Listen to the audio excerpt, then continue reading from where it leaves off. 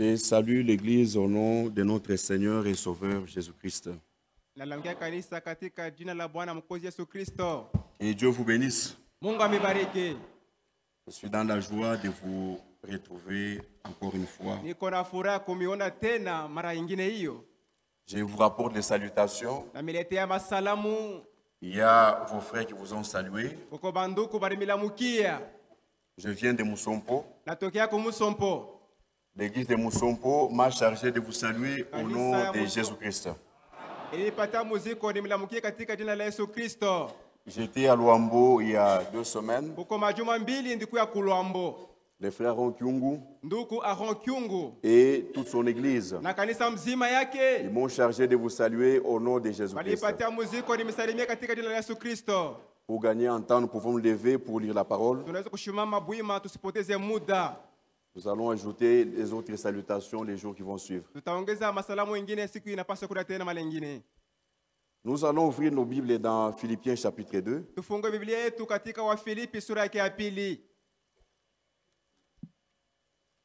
Philippiens chapitre 2. À partir du verset 5, nous lisons la parole. Ayez en vous les sentiments qui étaient en Jésus-Christ, lesquels existant en forme de Dieu, n'a point regardé comme une proie arrachée d'être égal à Dieu.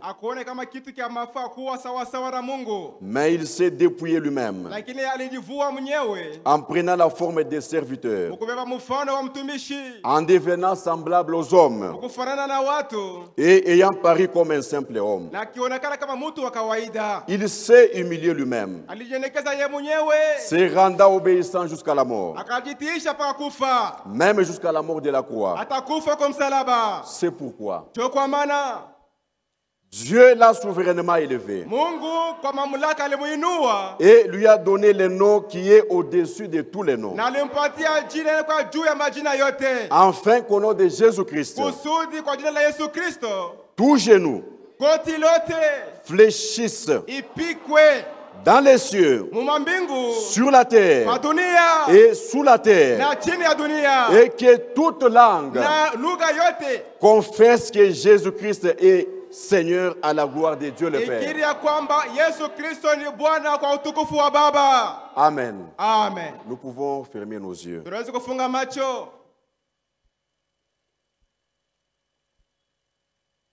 Et Yesu sita usa usungu wako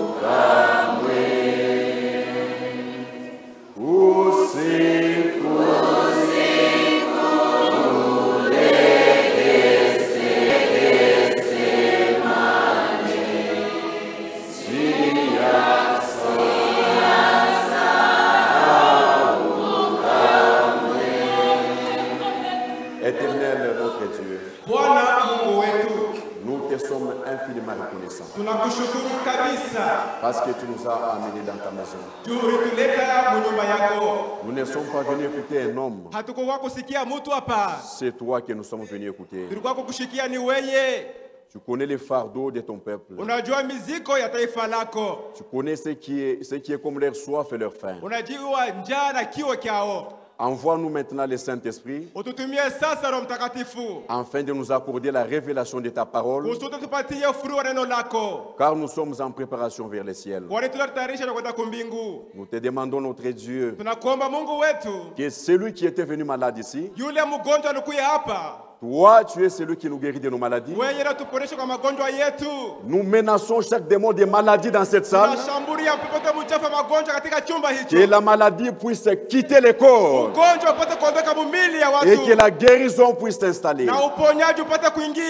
Bénis-nous, Seigneur, ce soir. Nous croyons que tu es déjà au milieu de nous et nous te laissons la première place. Bénis nos anciens. Bénis chacun d'entre nous. Au nom puissant de notre Seigneur et Sauveur Jésus-Christ, nous t'avons ainsi prié. Amen. Amen.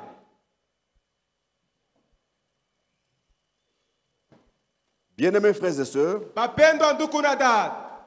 nous allons voir un sujet intitulé Les armes du puissant conquérant. Les armes du puissant conquérant.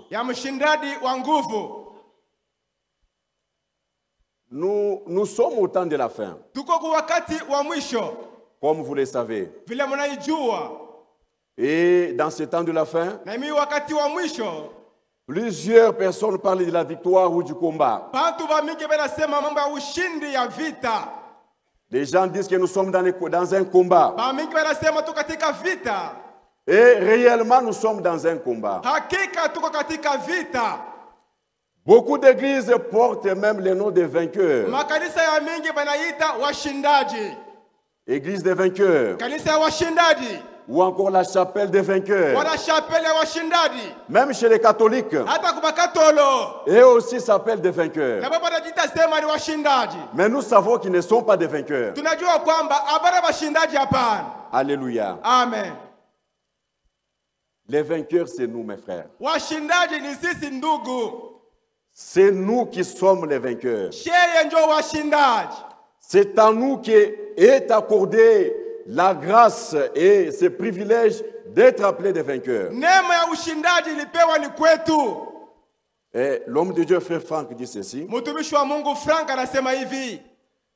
Il dit que la troupe des vainqueurs, c'est dans la lettre 54. Circulaire 54. À la page 2. Il dit, c'est la troupe des premiers-nés, rachetés par le sang. Nous n'avons pas été achetés à coup d'argent, mes frères. Ce n'est pas l'argent qui t'a sauvé. Peu importe les millions et l'argent que vous pouvez avoir, cela ne peut pas vous sauver. Si cela pouvait sauver, les Donald Trump seraient les élus aujourd'hui. C'était eux qui devaient être sauvés aujourd'hui. Mais vous et moi, nous avons été rachetés à un grand prix. Alléluia. Amen. Les avions ne sauvent pas. Les maisons ne sauvent pas. Mais le Seigneur, il nous a sauvés. Pas par le sang des Juifs, mais par le sang de Dieu lui-même. Alléluia. Amen. Vous êtes précieux. Vous êtes précieux, mes frères. Vous êtes précieux. Vous coûtez cher. C'est pourquoi ne laissez aucun homme vous diminuer. Tu as de la valeur. Amen. Amen. C'est la troupe des premiers-nés, rachetés par le sang, qui, durant les âges de l'Église, ont été appelés à sortir par le message divin. Ils ont été épurés et purifiés. Nous allons revenir sur ça après. Les véritables rachetés s'en vont dans l'obéissance de la foi, droit dans le chemin de l'agneau, portant leur propre ignominie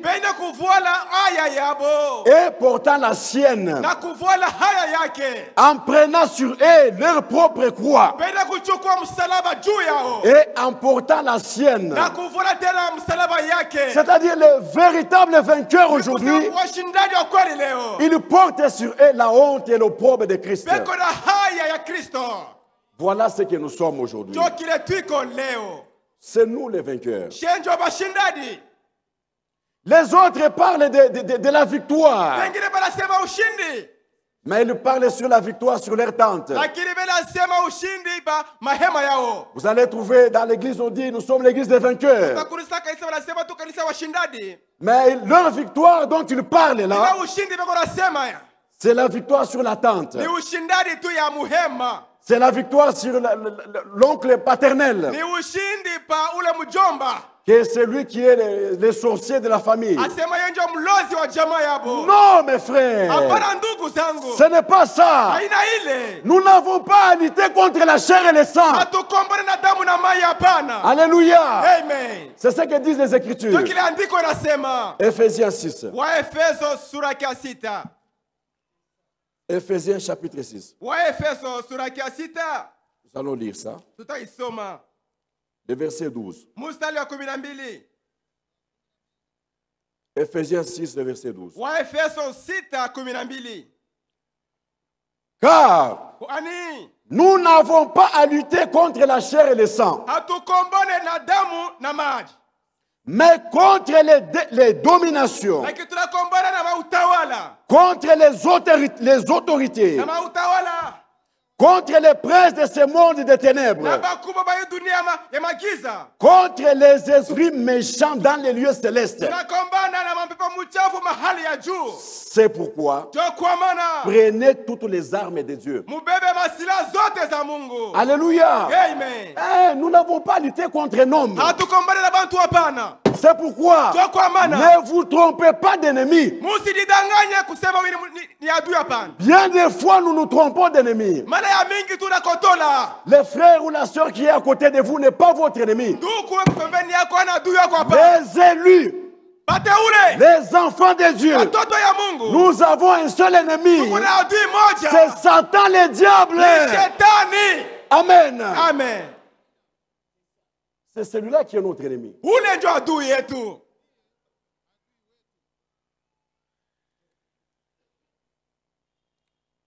Et aujourd'hui, dans la Odyssée, nous nous battons pour être des vainqueurs.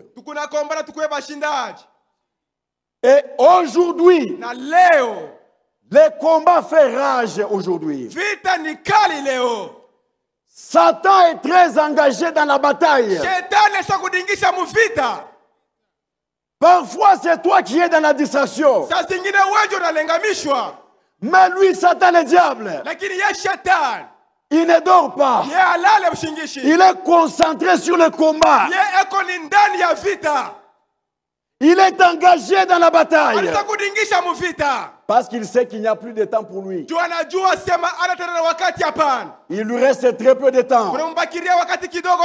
Aujourd'hui, il est impossible de s'en sortir dans cet âge. Si vous n'avez pas le Saint-Esprit en vous, c'est impossible.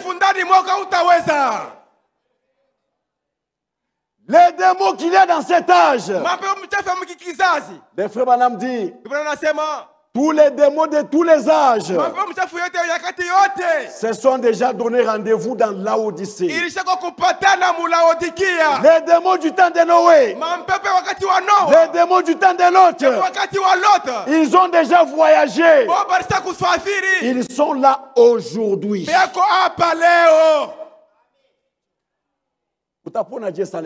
Comment tu vas échapper sans le Saint-Esprit? Comment échapperons-nous sans le Saint-Esprit? Non, c'est impossible. C'est-à-dire, nous sommes au temps de la jonction de toutes choses. Ah, les démons se rassemblent. Le diable est en train de rassembler son armée en vue de faire la guerre. Nous aussi dans notre camp. Dieu aussi est en train de rassembler son peuple. Il rassemble son armée. Et nous sommes dans la joie, mes frères. Parce que dans notre camp, nous avons les puissants conquérants. Alléluia. Les puissants conquérants. Les généraux les plus puissants. Il est avec nous. C'est ça notre assurance. Assurance, c'est nini. Quelle est notre assurance? Le général est avec nous. Lui n'est pas derrière. Il est devant. Il ne fuit pas la bataille. Il est dans la bataille. Et il nous dit à nous aussi, prenez courage, avancez, ne reculez pas. Imaginez dans la bataille, le général lui-même, il est là devant, avec son arme. Toi, tu vas fuir comment? Et nous sommes plus que vainqueurs. Alléluia. Amen. Gloire à Dieu. Chez Dieu, il n'y a pas de défaite, mes frères. Il est avec nous. Lui, le Seigneur Jésus-Christ. Il est le vainqueur. C'est lui le vainqueur. La Bible ne reconnaît que lui comme le seul vainqueur. Maintenant, comme nous sommes dans un combat, nous devons chercher à savoir quelles sont les armes que lui, le Seigneur Jésus-Christ, il a utilisé en vue de pouvoir remporter la victoire. Parce que lui, le Seigneur Jésus-Christ, il est notre modèle. Et il est le modèle par excellence. Nous devons l'imiter en toutes choses. Dans notre façon de vivre. Notre modèle n'est pas Branham. Notre modèle n'est pas Frank. Parce que Branham, c'est un menteur. Frère Frank, c'est un menteur. Est-ce que vous le croyez comme ça? La Bible dit que tout homme, même Branham, même les pasteurs, soit reconnu pour menteur. Mais lui, il est le seul. La Bible rend témoignage. Il est le seul qui est capable de dire en vérité, je vous l'ai dit. Pourquoi? Parce que dans sa bouche, il n'y a pas de mensonge.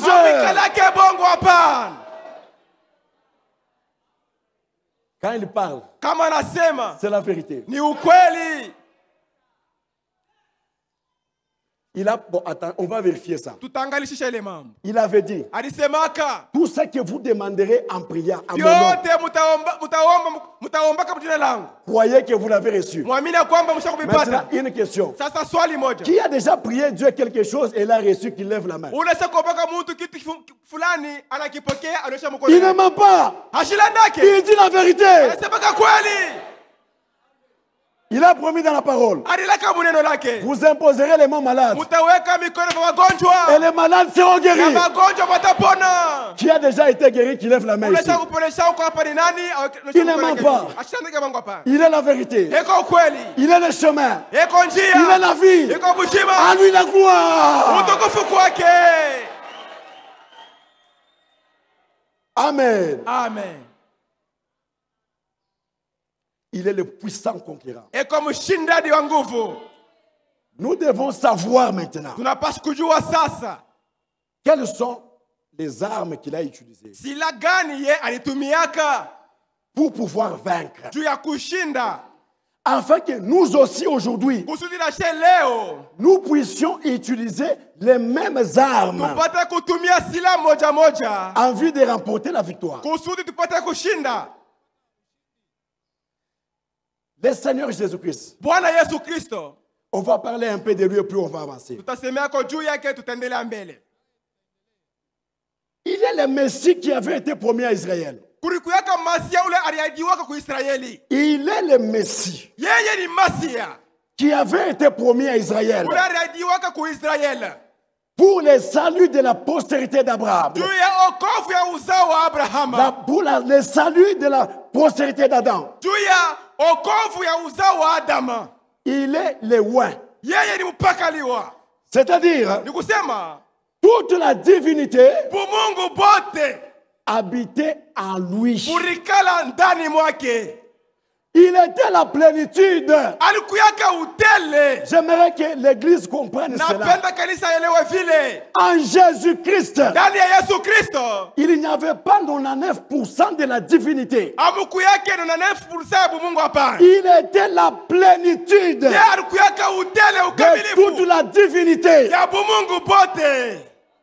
Quand il marchait, kama anataka kutembea, c'était Dieu qui marchait. Ni Mungu kunatembea. Quand il parlait, c'était Jéhovah qui parlait. Quand il mangeait, c'est Jéhovah qui mangeait. Il était Dieu.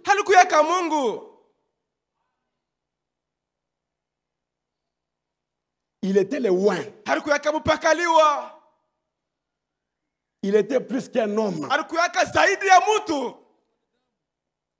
Et j'aimerais vous dire ceci. Aujourd'hui, un homme qui a en lui le Saint-Esprit, il n'est pas un homme ordinaire.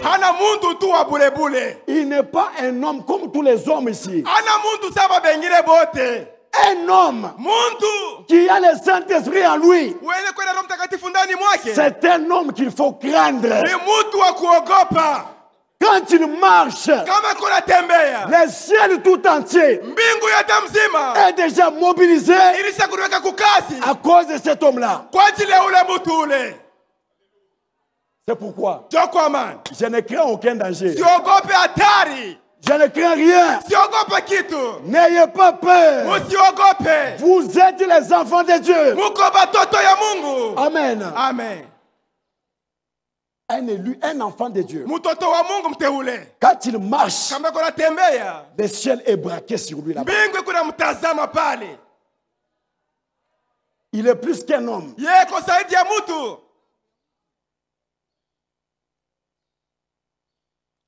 Nous sommes plus que les hommes, mes frères. Il était le oint. Et aujourd'hui, nous aussi, nous sommes les oints. Dieu, Dieu, il oint ses enfants. Le diable aussi, il oint aussi ses enfants. Mais la différence, c'est au niveau des œuvres. Dans le jardin d'Éden, le diable, il avait oué le serpent ancien. Qu'est-ce que le serpent avait fait? Il est allé déshabiller Ève. Et aujourd'hui, la même onction, le même diable, s'il ouait une femme, qu'est-ce que nous allons voir? Cette femme-là, la première des choses, elle va commencer à se dévêtir. C'est comme ça que le diable agit avec les femmes. Chez les femmes, la première des choses, c'est se déshabiller. Et vous les voyez dans ce monde aujourd'hui.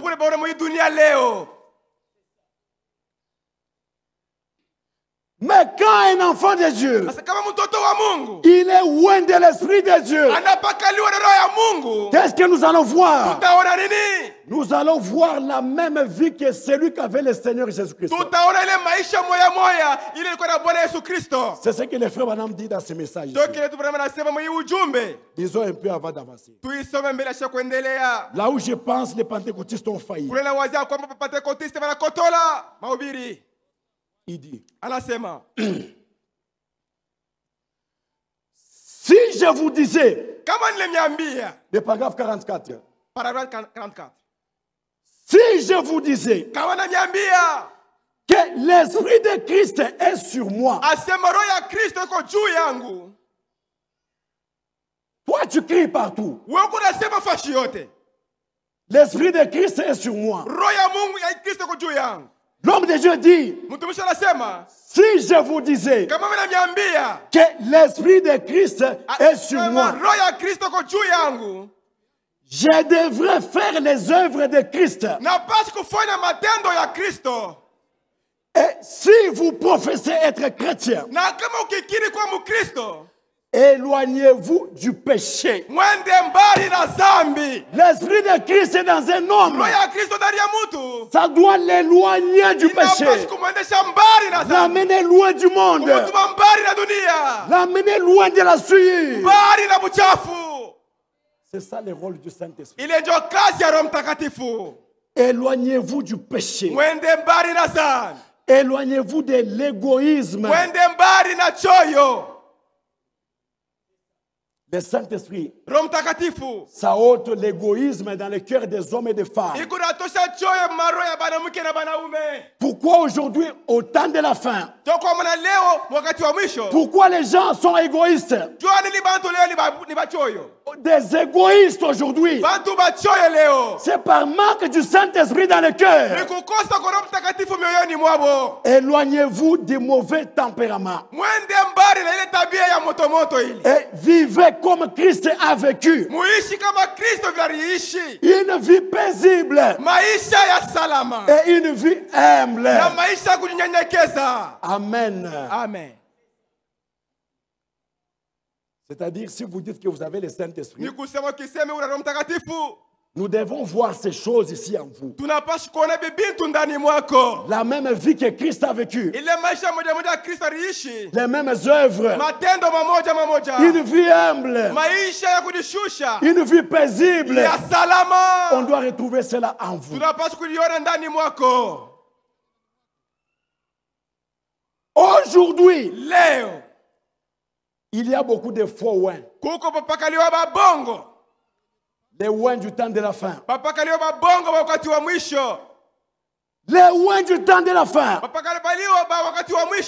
Ce sont des hommes qui ont reçu le Saint-Esprit dans leur esprit.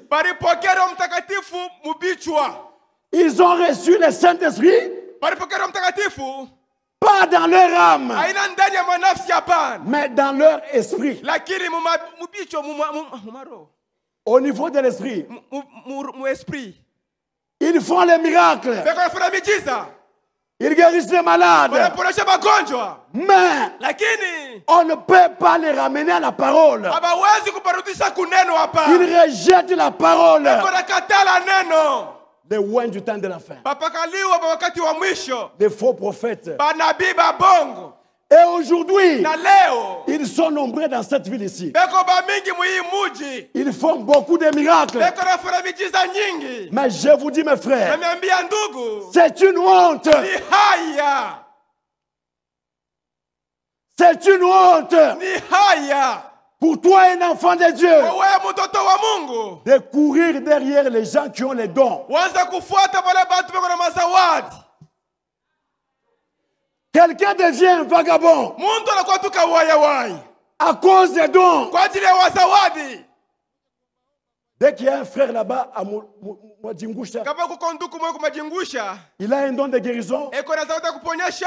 Te voilà en train de fuir là-bas. Il y a un frère à Lubumbashi avec un don de guérison. Tu commences à fuir là-bas.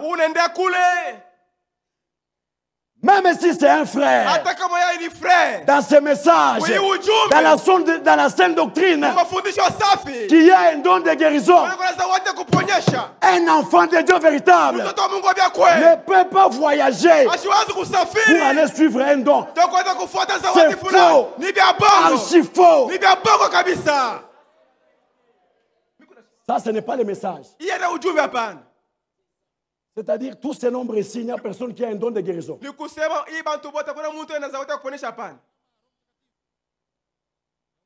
Gagnons en temps. Que Dieu vous bénisse. Amen. Alléluia. Amen. Ne vous fâchez pas. Amen. Amen. Disons une citation, on va avancer rapidement. Dans le message Abraham. Le paragraphe 38 et 39. Paragraphe 38, 39. Écoutez. Frère Branham dit ceci.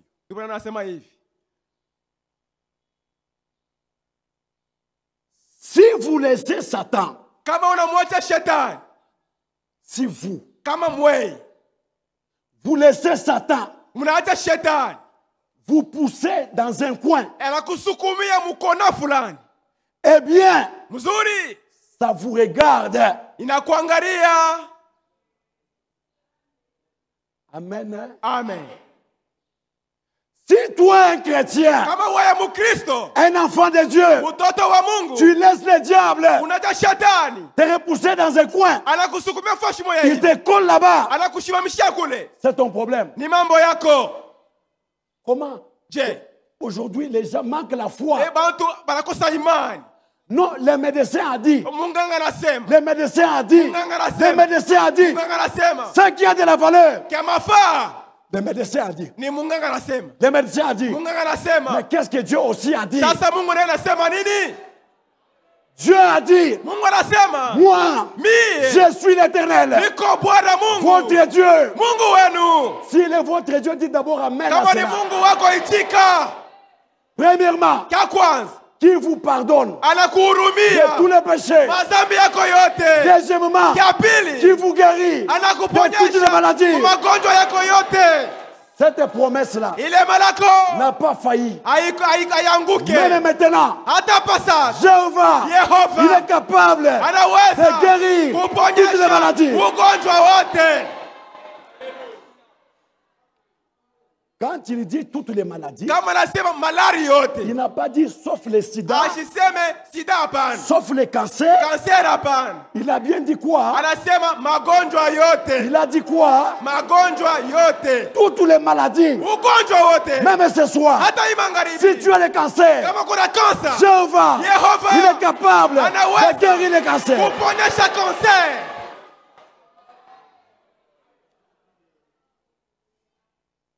Si vous laissez le diable vous pousser dans un coin, il vous asphyxie là-bas. Le serviteur dit, cela vous regarde.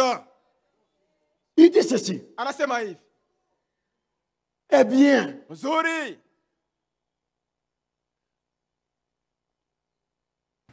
frère, tenez-vous sur les qui-vive.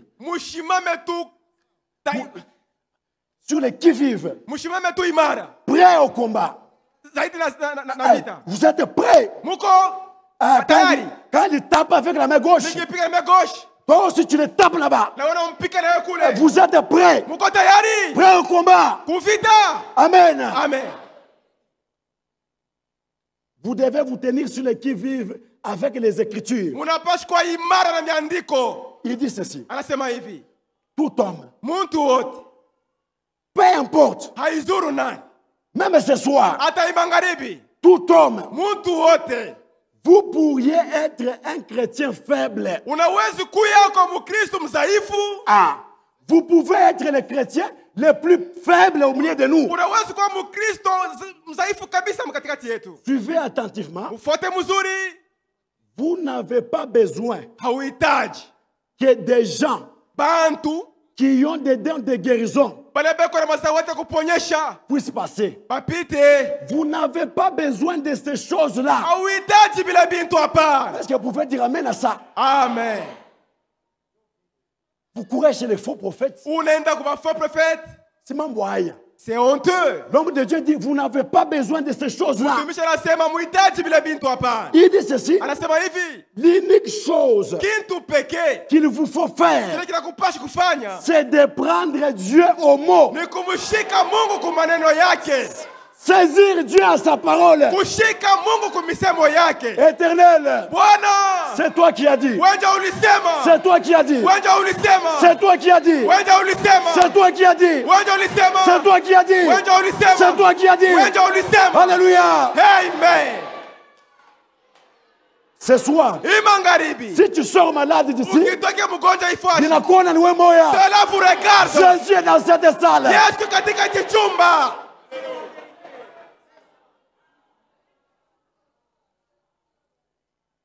Il dit, vous vaincrez Satan. Même ce soir, Satan sera vaincu. Il sera vaincu.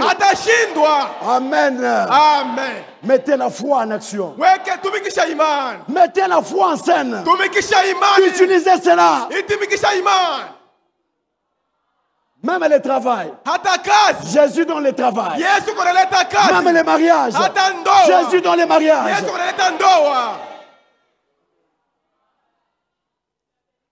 Alléluia. Amen. Que Dieu soit glorifié. Vous n'avez pas besoin de courir derrière les gens qui ont des dons de guérison. Non. Je n'ai pas dit qu'on ne croit pas dans les dons. Il ne faut pas mal me comprendre. Mais utilisez vos dons locaux ici. Même ce soir, comme un kanisa yote,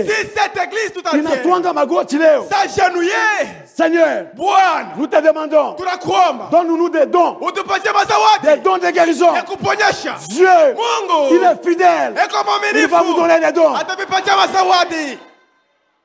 Vous aviez les dons d'autrui, où sont les vôtres? Vous n'en avez pas honte? Tout ce nombre, il n'y a pas de dons.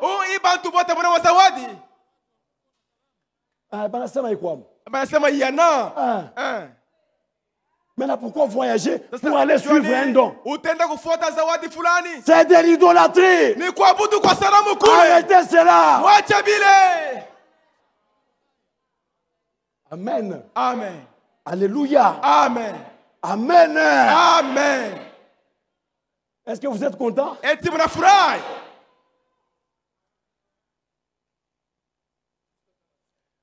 Ah, ok, merci. Accent.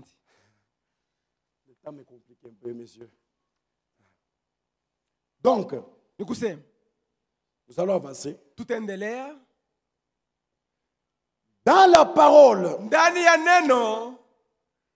il y a plusieurs armes. Dans cette parole ici, il y a beaucoup d'armes ici. Il y a des armes pour chaque situation de votre vie. À chaque problème que vous avez dans votre vie, souvenez-vous, dans la parole, il y a les armes. Dans toute situation.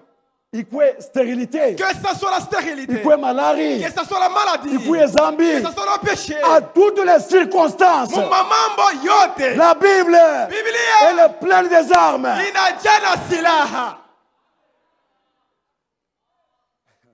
Alléluia. Amen. Amen. Amen.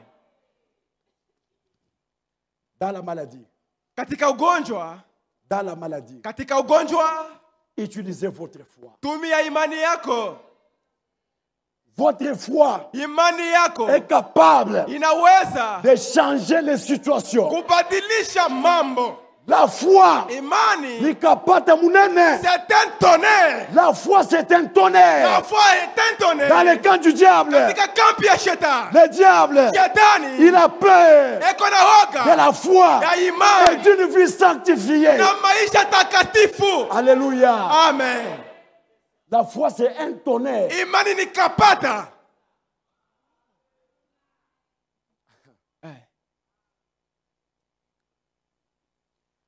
Et non. Utilisez la foi. Tumia imani. Même ce soir. Hata imangaribi. Vous pouvez dire à Dieu, Seigneur, aujourd'hui, je ne sors pas d'ici malade. Je veux être guéri maintenant. Si tu es le même hier, aujourd'hui, et éternellement, aujourd'hui, pas demain. Aujourd'hui là, si tu as tout comme malaria, je ne sortirai pas malade. Il va vous guérir. Les problèmes avec chez nous dans nos assemblées. Les gens s'attendent à ce que quand on prêche comme ça, il y ait des feux là-bas, qu'il y ait, je ne sais pas quoi apparaître là-bas. Maintenant, il faut commencer les sensations. Ce n'est pas ça. Dieu, il est dans la simplicité. Alléluia. Amen. Pendant que nous parlons, mettez la foi en scène. La douleur, ça va partir. Les cancers, ça va partir. Alléluia. Amen. Nous avons un Dieu puissant. Est-ce que vous l'aimez? Est-ce que vous l'aimez? Acclamez pour Jésus-Christ.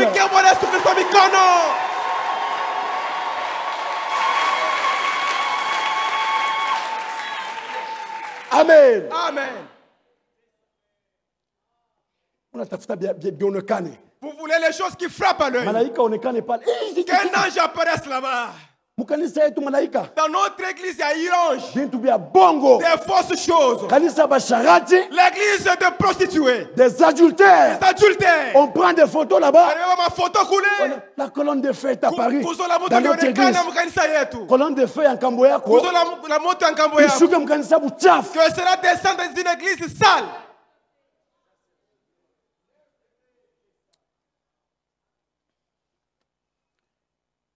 Je disais, dans la parole, il y a plusieurs armes. Il y en a beaucoup des armes. Cherchez seulement. Tu vas voir.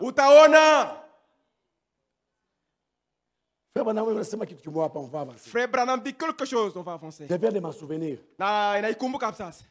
Pour vous qui allez chez les prophètes, on a prophétisé sur moi. On m'a prophétisé.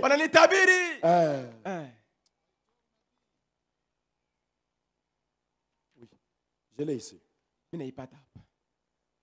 On m'a prophétisé. J'étais chez les prophètes. Le prophète m'a dit.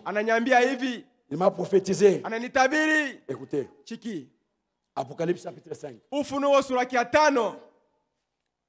Apocalypse chapitre 5. Deuxième partie. Le paragraphe 37. Paragraphe 37. Eh bien, Satan va constamment vous attaquer jusqu'à la fin de votre vie sur la terre. Souvenez-vous-en. Vous n'aurez jamais un moment sans combat. C'est tout le temps. Est-ce que vous dites amen à ça? Maintenant, un prophète vous arrête. Je vois ma soeur. Dans ta vie, il y a beaucoup de combats. Ma vie est un combat. Chaque jour, c'est le combat.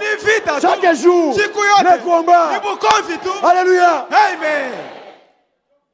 Il dit, vous êtes engagés dans la bataille. Nous sommes en pleine bataille. Nous sommes dans la guerre. Nous sommes en pleine guerre. Vous venez à Christ. Pensant que c'est un pique-nique. Eh bien, vous serez surpris. vous serez surpris. Parce que c'est une bataille constante. C'est un combat constant. La vie d'un chrétien, c'est le combat. Il n'y a pas de repos.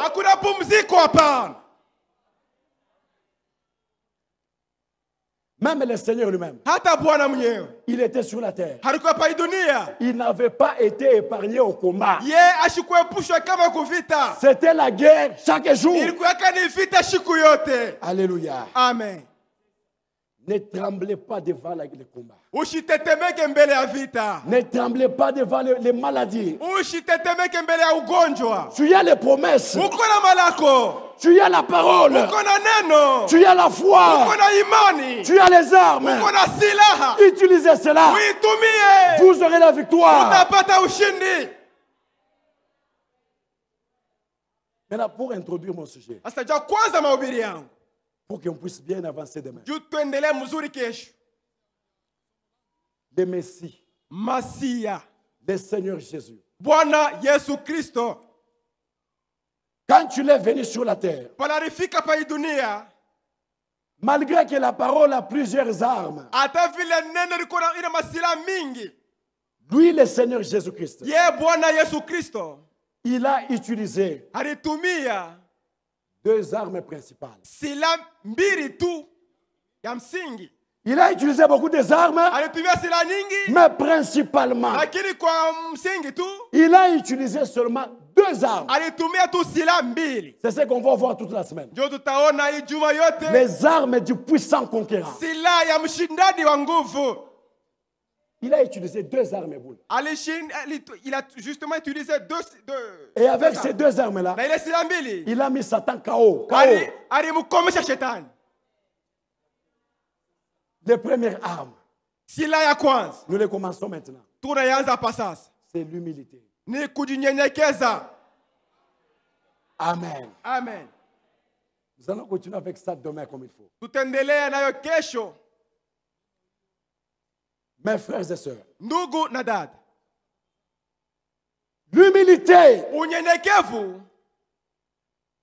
c'est une grande vertu. Mais c'est une vertu qui est rare aujourd'hui. Regardez les hommes aujourd'hui. Combien d'hommes sont humbles? Mais lui, le Seigneur Jésus, c'était un homme humble. Il était humble. L'humilité est une vertu rare.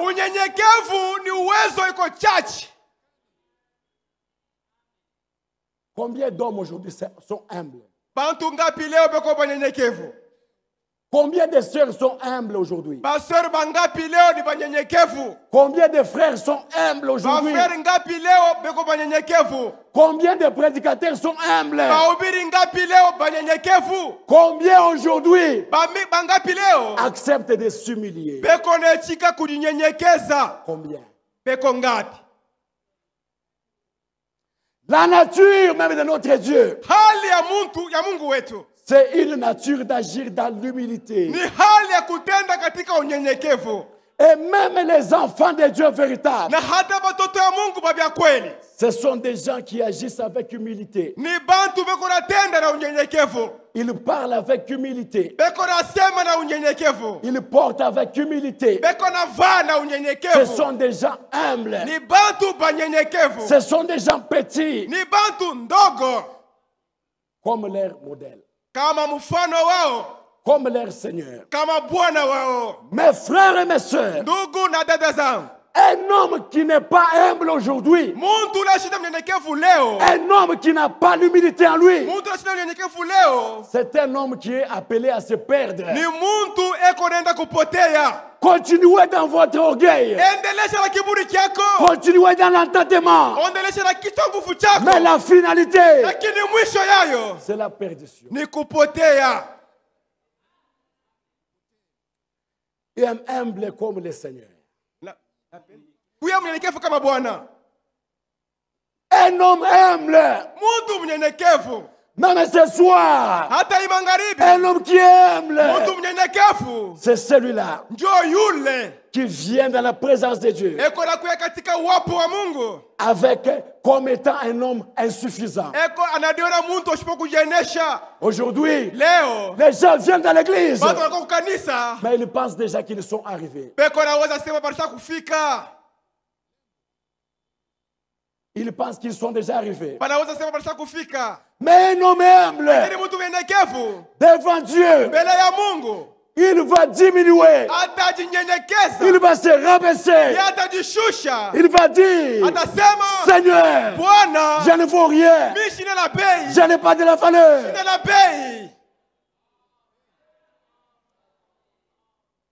Un homme capable de s'humilier.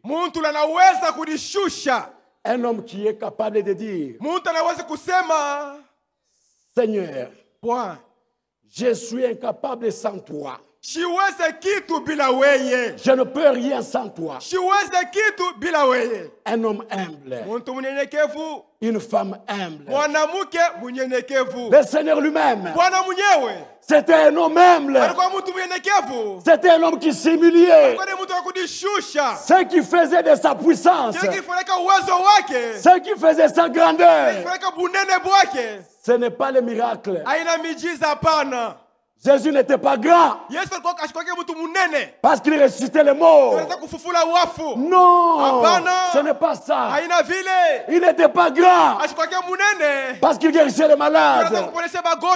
Non, ce n'est pas ça.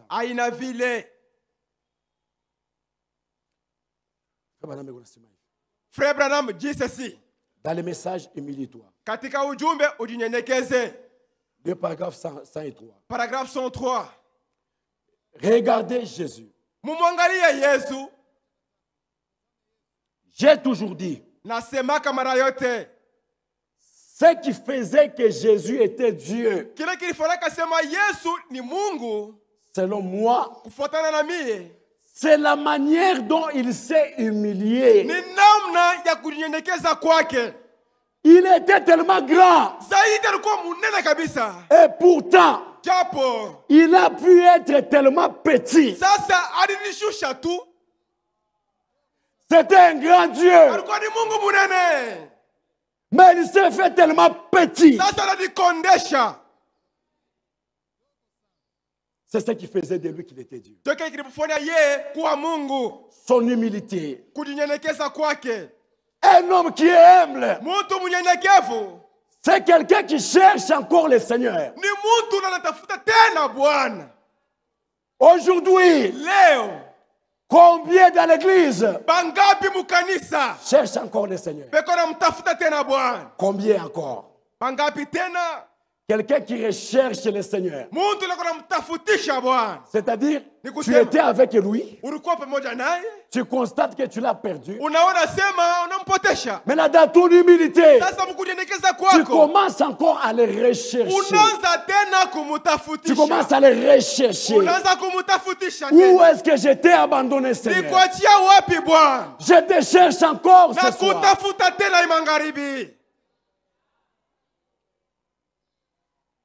Beaucoup ont déjà perdu Dieu. Mais ils n'ont pas le courage de le rechercher. Ils n'ont pas ce courage-là. Parce qu'il manque en eux l'humilité. C'est ce que nous allons voir. Nous allons voir tout ça à partir de demain. Avoir le courage de vérifier dans sa vie et de voir qu'il me manque quelque chose. Je dois encore chercher le Seigneur. Je dois m'humilier. Je dois m'abaisser. Je dois m'humilier. Je dois être humble. On ne le cherche pas. À présent, il est temps. Lorsque on finit de prier ici, les gens se précipitent pour sortir. Ils commencent à rentrer chez eux. Il n'y a pas quelqu'un qui se met en question. Quelqu'un qui dit non, non, non, non. Il me manque, je n'ai pas Dieu. Même comme je suis venu ici, je n'ai pas Dieu dans ma vie. Le péché m'a envahi. Je veux m'humilier devant le Seigneur. Quelqu'un qui va s'humilier pendant que les autres partent à la maison, lui va venir à l'hôtel. Aujourd'hui, c'est rare de trouver les hommes et les femmes venir prier ici. Parce qu'ils pensent que s'ils viennent prier ici, moi je suis prédicateur, que j'aille prier à la chair là-bas, on va penser que c'est moi le plus grand pécheur de l'église. Non! Humiliez-vous devant le Seigneur. Dans l'église, n'ayez pas honte des hommes. Venez prier ici. Quelqu'un qui peut venir ici avec le péché, il vient ici. Il crie à Dieu. Oh Dieu, j'ai péché contre toi. J'ai péché contre toi. Maintenant je reviens. Pardonne-moi. Combien font cela? Dès qu'on a tapé ici, on a prié. Les gens commencent à sortir. Mais ils étaient ici. Avec l'adultère, avec les péchés, avec les mensonges, des ivrognes, des malfaiteurs, des escrocs, des fumeurs. Ils rentrent vite à la maison avec leurs péchés là. Nous allons voir ça demain. Que Dieu vous bénisse. Que Dieu vous bénisse. Que Dieu vous bénisse. Soyez bénis de la part de l'Éternel. Que le Seigneur puisse vous oindre tous. Que les maladies soient paralysées. Que les démons puissent fuir les corps. Alléluia. Amen. Que la paix du Seigneur vous accompagne.